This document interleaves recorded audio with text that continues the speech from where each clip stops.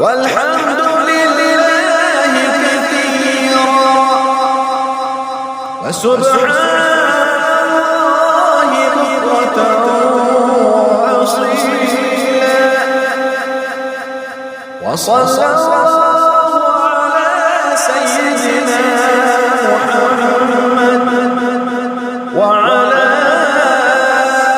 آله وصحبه وسلم تسليما كثيرا. بسم الله الرحمن الرحيم. قال ابن قدامة رحمه الله: يستحب التكبير في أيام العشر كلها. وقال الإمام البخاري رحمه الله: كان ابن عمر رضي الله عنهما وأبو هريرة رضي الله عنه يخرجان إلى السوق في هذه الأيام يكبران فيكبر الناس بتكبيرهما. أخرجه في صحيحه. وقال الإمام الطحاوي رحمه الله: ذلك من السنن التي غفل عنها كثير من الناس في هذا الزمان فبذلك يتأكد إحياؤها. نسأل الله التوفيق لما يحب ويرضى. امام ابن قدامہ رحمہ اللہ فرماتے ہیں ذی الحجہ کے پہلے عشرے میں مکمل 10 دن میں تکبیر مستحب ہے، پسندیدہ ہے.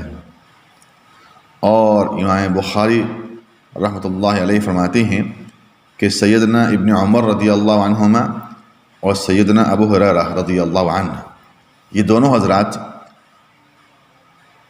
ان ایام میں بازار کی طرف نکلتے تھے اور تکبیر پڑھتے تھے ان 10 دن میں، اور ان کی تکبیر کے ساتھ لوگ بھی تکبیر کہتے تھے. گویا ان کی تکبیر سن کر لوگ بھی تکبیر کہتے تھے. یوں جو ہے وہ بازار میں گویا آوازیں گونجتی تھی تکبیر کی، اللہ اکبر اللہ اکبر. اور امام طحاوی رحمۃ اللہ علیہ فرماتے ہیں کہ یہ ان سنتوں میں سے ہے کہ تکبیر کہنا ان ایام میں کہ جس سے بہت سے لوگ اس زمانے میں، امام طحاوی اپنے زمانے کی بات کر رہے ہیں، بہت سے لوگ اس طرح کی سنتوں سے غافل ہیں، لہٰذا بطور خاص اس تکبیر کا زندہ کرنا ان ایام میں